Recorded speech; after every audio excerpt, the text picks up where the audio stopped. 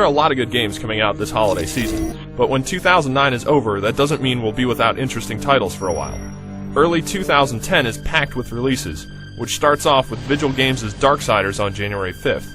This game is part third-person action title and part Metroid-style adventure game. Playing as War, one of the horsemen of the apocalypse, you run around dark and ominous environments, slicing up enemies with swords and trying to figure out what triggered a cataclysm a little too early.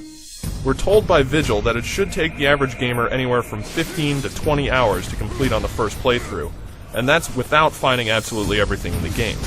So what keeps you playing? Well, more items.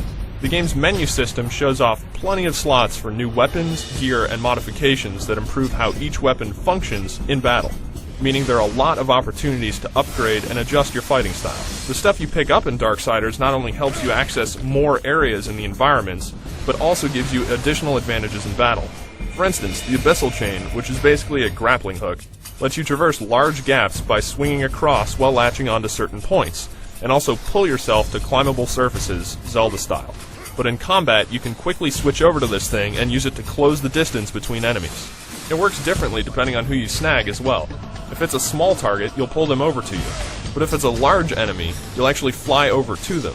And staying on the move is important if you want to effectively clear out battle arenas or topple some of the bosses. Then there's the Crossblade, which is basically a boomerang, and can be used to solve puzzles or cause some severe abdominal discomfort in foes.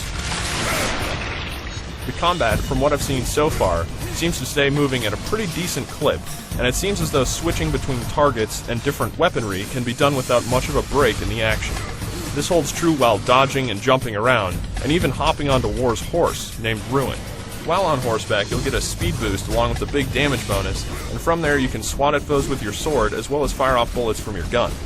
Then back on the ground, if you get tired of the sword, you can always switch over to War's gigantic scythe for a different style of attack. And there's plenty more gear War can pick up and use, but if you want, you can just grab bits of the environment and use them to take out enemies.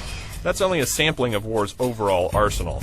There's more we decided not to show here, including something anyone familiar with the line, "the cake is a lie," should appreciate. Vigil's Darksiders is a console-only title, so when January 2010 starts up, look for it on Xbox 360 and PlayStation 3 platforms. And for more information on Darksiders, head over to IGN.com.